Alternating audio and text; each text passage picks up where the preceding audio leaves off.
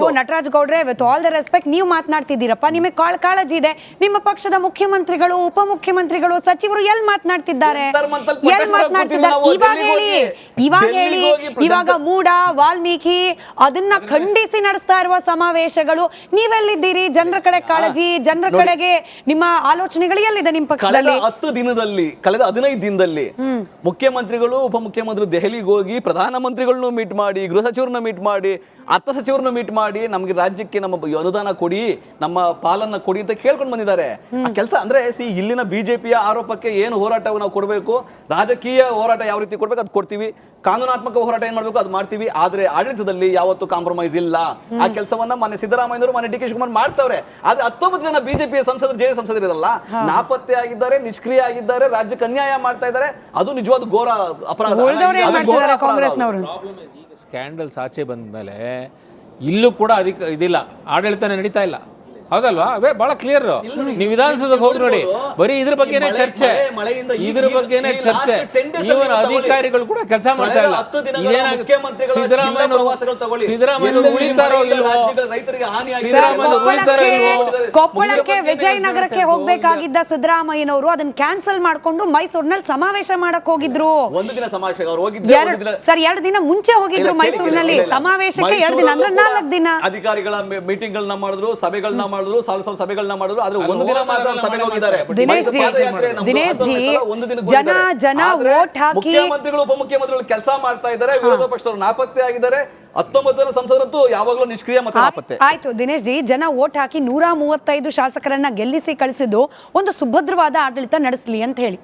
ಆಡಳಿತ ನಡೆಸೋ ಸಂದರ್ಭದಲ್ಲಿ ಹಗರಣಗಳು, ಆ ಹಗರಣಗಳ ಬೆನ್ನಲ್ಲೇ ಆಚೆ ಬರ್ತಾ ಇರೋದು ಹೊಂದಾಣಿಕೆ. ಅಲ್ಲಿಗೆ ಮತ ಹಾಕಿದ ಮತದಾರ ಇವತ್ತು ಯಾರನ್ನ ನಂಬೋದು? ವೋಟ್ ಹಾಕಿ ಗೆಲ್ಸಿದ ಕಾಂಗ್ರೆಸ್ ಅನ್ನ ಅಥವಾ ವಿರೋಧ ಪಕ್ಷದ ಸ್ಥಾನದಲ್ಲಿ ಕೂತ್ಕೊಂಡು ಇಷ್ಟೆಲ್ಲ ಗೊಂದಲದ ಗೂಡಾಗಿರುವ ಬಿಜೆಪಿಯನ್ನ? ಜನರು ಕನ್ಫ್ಯೂಸ್ ಆಗಲ್ವಾ? ಜನರು ಮೊದಲಿಂದ ತಿಳ್ಕೊಬಿಟ್ಟಿದ್ದಾರೆ, ಕರ್ನಾಟಕದಲ್ಲಿ ನಡೆಯೋದೇ JCB ಪಾಲಿಟಿಕ್ಸ್ ಅಂತ. Janata Dal, Congress, BJP merged politics. ಇದು ಸುಮ್ಮನೆ ಇವರು ಯಾವಾಗ ರೈಸ್ ಮಾಡ್ತಾರಲ್ಲ ಅಪೋಸಿಷನ್ಗೆ, ಅವಾಗ ಇವ್ರ ಕೈಗೆ 1-2 ಸೈಟು, 4 ಸೈಟು, 5 ಸೈಟು ಕೊಟ್ಟ ತಕ್ಷಣ ಅಪೋಸಿಷನ್ ಅವರು ಸುಮ್ಮನಾಗ್ತಾರೆ. ಇದು ಹಿಂದಿಂದ ನಡ್ಕೊ ಬಂದಿದೆ. SM ಕೃಷ್ಣ ಅವ್ರ ಕಾಲದಲ್ಲಿ ಜಗದೀಶ್ ಶೆಟ್ಟರ್ಗೆ 1-2 ಸೈಟ್ ಕೊಟ್ಟಿದ್ರು.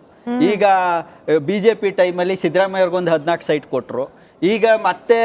ಈಗ ಕಾಂಗ್ರೆಸ್ ಅವ್ರ ಟೈಮು ಇವ್ರು ಯಾರೋ ನೆಗೆದಾಡಿದಾಗ ಅವ್ರಿಗೊಂದು ಬಾಯಿಗೊಂದು 4 ಸೈಟೋ ಇನ್ನೊಂದೇನೋ ಕೊಟ್ಬಿಟ್ಟು ಅವ್ರನ್ನ ಸುಮ್ಮನೆ ಮಾಡಿಬಿಡ್ತಾರೆ. ಈ ವ್ಯವಸ್ಥೆ ಇಲ್ಲಿ ಬರ್ತಾ ಇರೋದು. ಏನೋ ಒಂದು ಅಡ್ಜಸ್ಟ್ಮೆಂಟಲ್ಲಿ ಅಪೋಸಿಷನ್ನ ಬಾಯಿ ಮುಚ್ಚಿಸ್ಕೊಬರ್ತಾರೆ. ಅವ್ರಿಗೇನೋ ಒಂದು ಬೆನಿಫಿಟ್ಗಳು ಕೊಟ್ಕೊಂಡು ಬರ್ತಾರೆ ಅಪೋಸಿಷನ್ ಅವ್ರಿಗೆ. ಆ್ಯಕ್ಚುಲ್ ಆಗಿ ಕರ್ನಾಟಕದಲ್ಲಿ ಏನಾಗ್ತಾ ಇದೆ, ಅಪೋಸಿಷನ್ ಅವರು ಕೇಳಬೇಕಾದ ಕೆಲಸಗಳನ್ನೇ ಕೇಳ್ತಾ ಇಲ್ಲ. ಇವತ್ತು ವರ್ಗಾವಣೆ ದಂಧೆ ಎಷ್ಟು ಲೆವೆಲ್ಗೆ ಹೋಗಿದೆ ಅಂದರೆ, ಪೊಲೀಸ್ ಅಧಿಕಾರಿಗಳು ಮಲಗಿತ್ತವೆ ಹಾರ್ಟ್ ಅಟ್ಯಾಕ್ ಆಗಿ ಸಾಯೋ ಪರಿಸ್ಥಿತಿಗೆ ಬಂದ್ಬಿಟ್ಟಿದ್ದಾರೆ. ಯಾಕಂದರೆ ಪ್ರತಿಯೊಬ್ಬ ಇವತ್ತು ಎಕ್ಸಿಕ್ಯೂಟಿವ್ ಡ್ಯೂಟಿ ಮಾಡೋ ಪೊಲೀಸ್ ಅಧಿಕಾರಿಗಳಿಗೆ ಎಷ್ಟು ಒತ್ತಡ, ಮಾನಸಿಕ ಒತ್ತಡ ಇದೆ ಅಂದರೆ, ಅವರ ಹಿರಿಯ ಅಧಿಕಾರಿಗಳಿಂದಲೂ ಒತ್ತಡ ಬರ್ತಾ ಇದೆಯಂತೆ. ಈ ಕಡೆ ಟ್ರಾನ್ಸ್ಫರ್ ದಂಧೆಯಿಂದ ಒತ್ತಡ ಬರ್ತಾ ಇದೆ. ಈ ಟ್ರಾನ್ಸ್ಫರ್ ದಂಧೆನ ಕಡಿವಾಣ ಹಾಕಿ ಅಂತ ನಾನು ಹೇಳೋದು. ಇವರು ಅದಕ್ಕೆ ಪಾದಯಾತ್ರೆ ಮಾಡಿ. ಈಗ ಸರ್ಕಾರಿ ನೌಕರರಿಗೆ ಒಂದು ವರ್ಗಾವಣೆ ನೀತಿ ತಗೊಬನ್ನಿ ಅಂತ ಪಾದಯಾತ್ರೆ ಮಾಡಲ್ಲ ಇವರು. ಬಿಜೆಪಿನೂ ಮಾಡಲ್ಲ, JDS ಮಾಡಲ್ಲ. ಎಲ್ಲಾರು ಈ ದಂಧೆ ಮಾಡಕ್ಕೆ ಕೂತಿದ್ದಾರೆ ಹೊರತು ಇವತ್ತು ಎಲ್ಲಾ ಇಲಾಖೆಗಳು ಭ್ರಷ್ಟಾಚಾರ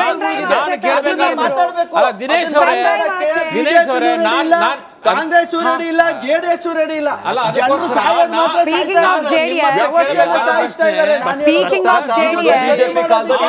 ಯಾರು ರೆಡಿ ಇಲ್ಲ. ನಿಮ್ಮ ಪರ್ಸನಲ್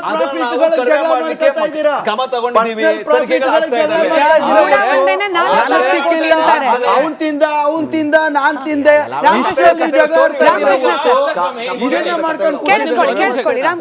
ಕೇಳಿ. ಅವರದ್ದೆಲ್ಲ ಮಾಡ್ತಾ ಇದ್ದೀರಿ ಅಂತ ಪ್ರವರ ಹೇಳ್ತಾ ಇದ್ದೀರಿ. ಅದಕ್ಕೋಸ್ಕರ ಆಮ್ ಆದ್ಮಿ ಪಾರ್ಟಿ ಈ ರಾಜ್ಯದಲ್ಲಿ ಬರಲಿ ಅಂತ ಜನ ಕಾಯ್ತಾ ಇದ್ದಾರೆ. ನೀವೇನು ಮಾಡ್ತಾ ಇದ್ದೀರಿ? ನೀವು ಏನಾದ್ರು ಆಂದೋಲನ ಮಾಡ್ತಾ ಇದ್ದೀರಾ? ನೀವೇನಾದ್ರೂ ಇವ್ರ ವಿರುದ್ಧ ಹೋರಾಟ ಮಾಡ್ತಾ ಇದ್ದೀರಾ? ಈಗ 9 ವರ್ಷ ಆಯ್ತು ಇಲ್ಲಿ ಏನೋ ಕಾರ್ಪೊರೇಷನ್ ಎಲೆಕ್ಷನ್ ಆದೆ. ಏನಾದ್ರು ಮಾಡಿದ್ದೀರಾ ನೀವು? ಅಲ್ಲಿಂದ ಗ್ರಾಸ್ ರೂಟ್ ಇಂದ ನೀವು ಬೆಳಿಬೇಕಾದವರು ಅಲ್ಲಿ ಎಲೆಕ್ಷನ್ ಮಾಡಿದ್ರು ಸುಮ್ಮನೆ ಇದ್ದೀರಾ ನೀವು? ಸುಮ್ಮನೆ ಕಾರ್ಪೊರೇಷನ್ ಎಲೆಕ್ಷನ್ ಹೈಕೋರ್ಟ್ ಚೀಮಾರಿ 5 ಲಕ್ಷ ದಂಡ ಕಟ್ಟಿದ್ದಾರೆ. 5 ಲಕ್ಷ ದಂಡ ಕಟ್ಟಿದ್ರು ಕೂಡ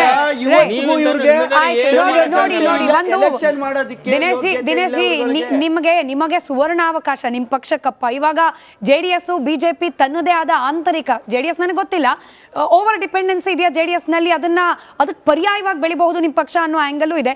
ಬಿಜೆಪಿಯಲ್ಲಿ ಭಿನ್ನರಾಗ, ಇವಾಗ ಇದು ಕೂಡ ನಿಮಗೆ ಸುವರ್ಣಾವಕಾಶ ಬರಬೇಕು. ರಾಮಕೃಷ್ಣ ಸರ್ ಹೇಳಿದ್ ಕರೆಕ್ಟ್ ಇದೆ. ಆಮ್ ಆದ್ಮಿ ಪಕ್ಷಕ್ಕೆ ಇದಕ್ಕಿಂತ ಒಳ್ಳೆ ಅವಕಾಶನಾ? ಅದ್ ನಡೀಲಿ, ಚಿಂತನೆ ನಿಮ್ಮ ಪಕ್ಷದಲ್ಲಿ ನಡೀಲಿ ಅಂತ ಹೇಳಿ ರಾಮಕೃಷ್ಣ ಸರ್. ಈಗ ಯತ್ನಾಳ್ ಅವ್ರು ಮುಂದುವರೆದು ಹೇಳ್ತಾರೆ, ಬೈಟನ್ ನಾವು ಪ್ಲೇ ಮಾಡಿ ಸ್ವಲ್ಪ ಮುಂದುವರೆದು ಹೇಳ್ತಾರೆ, ರಾಷ್ಟ್ರೀಯ ಮಟ್ಟದಲ್ಲಿ ಒಬ್ರು ನಾಯಕರು ನನ್ನ ಜೊತೆಯಲ್ಲಿ ಮಾತನಾಡಿದ್ದಾರೆ, ಒಬ್ರು ಮೆಸೆಂಜರ್ನ ಕಳಿಸಿದ್ರು, ಸ್ವಲ್ಪ ದಿನ ಸುಮ್ಮನಿದ್ ಬಿಡಿ, ನಾವು ಈ ಹೊಂದಾಣಿಕೆ ರಾಜಕೀಯ ಮಾಡ್ತಿರೋರ್ನೆಲ್ಲರನ್ನ ಕೂಡ ಸೈಲೆನ್ಸ್ ಮಾಡಿಸ್ಬಿಡ್ತೀವಿ, ಬದಲಾವಣೆ ಆಗತ್ತೆ ಬಿಜೆಪಿಯಲ್ಲಿ ಅಂತ ನನಗೆ ಹೇಳ್ಬಿಟ್ಟಿದ್ದಾರೆ ಅಂತ ಹೇಳಿ. ನಾನು ಮತ್ತೆ ಕೇಳ್ತೀನಿ, ಸುಲಭ ಇದೆಯಾ ಬಿಜೆಪಿಯಲ್ಲಿ ಯಾವುದೇ ರೀತಿಯ ಬದಲಾವಣೆಯನ್ನು ತರೆಯೋಕ್ಕೆ ಎಟ್ ದಿಸ್ ಸ್ಟೇಜ್? ಈ ಸ್ಟೇಜಲ್ಲಿ ನನಗೇನು ಅನಿಸೋದಿಲ್ಲ.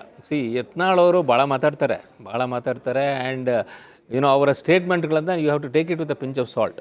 ಯಾಕಂದರೆ ಅದರಲ್ಲಿ ಪೂರ್ತಿ ಸತ್ಯ ಇದೆ ಅಂತ ಹೇಳೋಕ್ಕಾಗಲ್ಲ. ಬಟ್ ಅವರು ಎಚ್ಚರಿಕೆ ಅಂತೂ ಕೊಡ್ತಾ ಇರ್ತಾರೆ, ಅವರ ಸೀನಿಯರ್ ಲೀಡರ್ಸಿಗೆ ಎಚ್ಚರಿಕೆ ಕೊಡ್ತಾ ಇರ್ತಾರೆ, ಮತ್ತು ಅವರು personally is beyond any kind of controversy. So ಹಾಗಾಗಿ ಅವ್ರನ್ನ ಕೇಳಬೇಕು.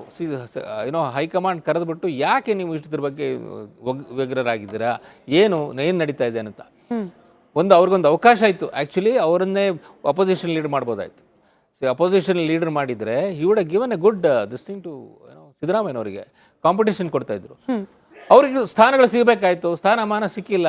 ಹಾಗಾಗಿ ಅವರು ಸ್ವಲ್ಪ ಶಂಕ ಹೊಡೆದ್ರಾದ್ರು ನನಗೆ ಏನಾದ್ರು ಒಂದು ಸ್ಥಾನಮಾನ ಸಿಗುತ್ತೆ ಅಂತ ಹೊರತು ಅದಕ್ಕಿಂತ ಬಿಯಾಂಡ್ ಏನು ನನಗೆ ಕಾಣಿಸ್ತಾ ಇದೆ. ಉತ್ತರ ಕರ್ನಾಟಕ ಸಂಪೂರ್ಣವಾಗಿ ನೆಗ್ಲೆಕ್ಟ್ ಮಾಡಿದ್ದಾರೆ ಲೀಡರ್ಸ್ಗಳನ್ನ.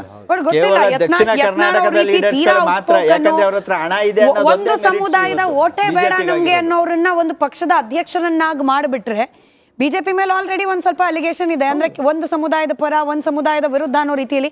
ಯತ್ನಾಳ್ ರೀತಿ ಅವರನ್ನೇನಾದ್ರೂ, ಅವ್ರಿಗೆ ಆಸೆ ಇರಬಹುದು, ಬಟ್ ಅವರನ್ನೇನಾದ್ರೂ ರಾಜ್ಯಾಧ್ಯಕ್ಷರನ್ನ ಮಾಡೋ ಸಾಧ್ಯತೆ ಇದೆಯಾ ಗೊತ್ತಿಲ್ಲ. 7 ಬಾರಿ ಅಲ್ಲ ಲೋಕಸಭಾ ಕತ್ತಿಯನ್ನು ಮಿನಿಸ್ಟರ್ ಮಾಡಲಿಲ್ಲ. ಇಡೀ ನಾರ್ತ್ ಕರ್ನಾಟಕದಿಂದ, ಇಡೀ SC ಕಮ್ಯುನಿಟಿಯಿಂದ ಒಬ್ಬರು ರೆಪ್ರೆಸೆಂಟೇಟಿವ್ ನೀವು ಸೆಂಟ್ರಲ್ ಕ್ಯಾಬಿನೆಟ್ ಇಲ್ಲ ಅಂದ್ರೆ ಬಹಳ ಆಶ್ಚರ್ಯ. ಐ ಮೀನ್ ಸೊ ಇದೆಲ್ಲ ಅಡ್ವಾಂಟೇಜ್ ಕಾಂಗ್ರೆಸ್ ಹಂತದಲ್ಲಿ ಕಾಂಗ್ರೆಸ್ ಇದೆ. ಬಟ್ ಕಾಂಗ್ರೆಸ್ ನಲ್ಲೇನೆ ಕೆಲವರು ಅಡ್ಜಸ್ಟ್ಮೆಂಟ್ ಮಾಡ್ಕೊಂಡಿದ್ದಾರೆ ಅನ್ನೋ ಆರೋಪ ಇರೋದ್ರಿಂದ ಗೊತ್ತಿಲ್ಲ ಪರಿಸ್ಥಿತಿಗಳು ಇನ್ನು ಎಲ್ಲೆಲ್ಲಿಗೆ ಹೋಗುತ್ತೆ ಅಂತ ಹೇಳಿ. ಇವತ್ತಿನ ಚರ್ಚೆಗೆ ಸಮಯ ಇದೆ ಅಷ್ಟೇ. ಎನಿವೆ ಚರ್ಚೆ ಆಗಲಿಲ್ಲ, ಒಂದಷ್ಟು ಅಪೋಸಿಟ್ ಆಗಿ ಬರಬೇಕಾದ ವಾಯ್ಸ್ಗಳು ನಟರಾಜ್ ಗೌಡ್ರಿಗೆ ತಲುಪಲಿಲ್ಲ. ಹಾಗಾಗಿ ಎಕ್ಸ್ಪೆಕ್ಟ್ ಮಾಡೋಣ ಈ ಬೆಳವಣಿಗೆಗಳು ಇಲ್ಲಿಗೆ ನಿಂತು ಒಂದು ಪ್ರಬಲವಾದ ಗಟ್ಟಿಯಾದ ವಿರೋಧ ಪಕ್ಷದ ಪಾತ್ರವನ್ನ ಬಿಜೆಪಿ ನಿರ್ವಹಿಸಲಿ. ಹಾಗಾಗಬೇಕು ಅಂದರೆ ಇರುವ ಭಿನ್ನಮತಗಳನ್ನು ಶಮನ ಮಾಡ್ಕೊಳ್ಳಿಕ್ಕೆ ಅತಿ ಶೀಘ್ರದಲ್ಲಿ ಮಾರ್ಗವನ್ನು ಕಂಡುಕೊಳ್ಳಿ ಅಂತ ಹೇಳಿ ಧನ್ಯವಾದ. ಚರ್ಚೆಯಲ್ಲಿ ಭಾಗಿಯಾಗಿದ್ದಕ್ಕೆ. ನೋಡ್ತಾ ಇರಿ ರಿಪಬ್ಲಿಕ್ ಕನ್ನಡ, ಇದು ನಿಮ್ಮ ಧ್ವನಿ.